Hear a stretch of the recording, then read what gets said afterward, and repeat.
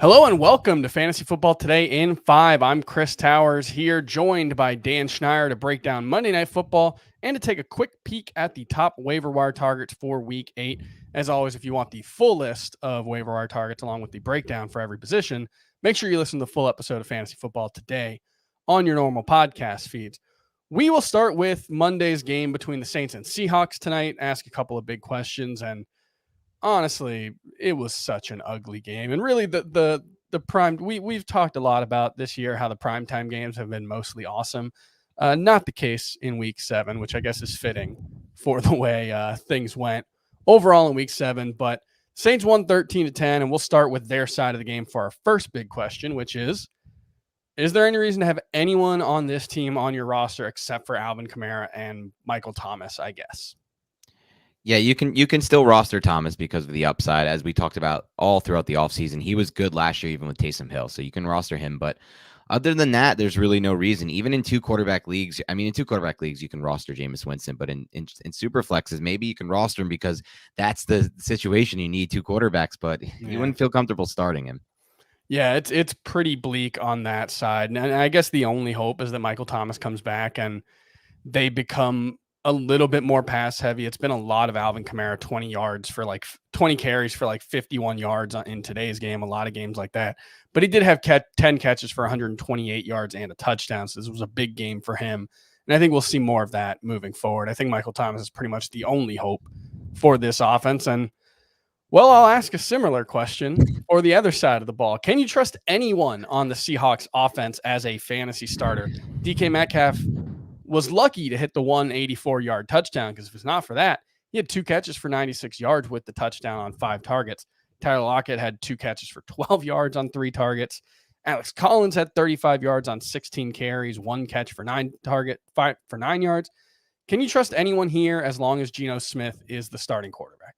No, you cannot. And I think Peyton Manning actually said it best on the Manning cast after they had the big fumble recovery. He's like, now's the perfect time to take a shot. And what do the Seahawks do? They run it 2 times into the line and set up for a 3rd and long where, Geno almost throws a pick. So I don't think you can trust anyone in this offense right now. Pete Carroll really wants to run this ball and grind these wins out 10-7. So it's hard to trust any of them right now. They don't have a good offensive line either. So yeah, or I guess grind out the losses 13-10. There you go. That's what usually happens when you try to grind out wins. So not a really pretty situation. I think I'll probably rank Metcalf as like a low end number 2, maybe high end number 3, just because he's the kind of player who needs one play, as we saw today, to be a good fantasy starter. But, Lockett, I don't know if that's there without Russell Wilson. Hopefully Russell Wilson can get back within the next 3 or 4 weeks, but I'm not 100% sure on the timetable still.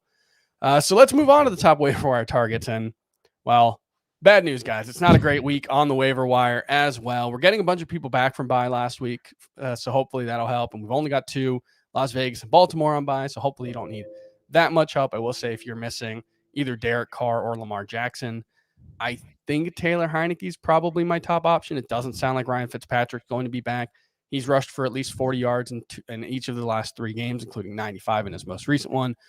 That's about it as far as that goes. So I'll move on to the top waiver wire target for this week. And I think it's pretty obviously Kenny Gainwell, with Miles Sanders suffering an ankle injury. It doesn't sound like that ankle injury is going to be so serious that it causes him to miss a significant amount of time, but he's certainly in doubt for week 8. How much of your fab would you be willing to drop on Kenny Gainwell? I'm not going to throw too much fab on Kenny Gainwell, maybe 8 to 10% for me. I was a little surprised to see Boston Scott get more of the carries. Yep. I was surprised to see Boston Scott in the red zone. So I just can't, in good faith, throw any more than 8 to 10%. Yeah, in the second half of that game, Kenny Gainwell played 22 snaps. Boston Scott played 20. Gainwell ran a route on 17 of them. So he was much more involved in the passing game than Scott was, and much more involved than he was in the running game. I think Gainwell's probably going to be close to a borderline number 2 running back for this week. He's got a great matchup against Detroit. Mm-hmm. And I also think if you're in a deeper league, Boston Scott may not be a bad option as well.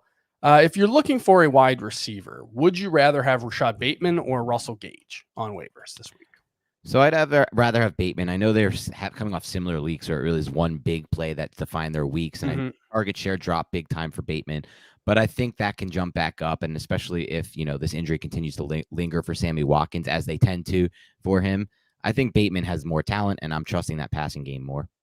Yeah, I agree with that mostly. I mean, the problem is if you need someone this week, Rashad Bateman's not going to be able to help with him on bye, but Russell Gage is just a pretty low upside option altogether. So I'll take the first round pick who's shown some pretty good signs his first 2 weeks.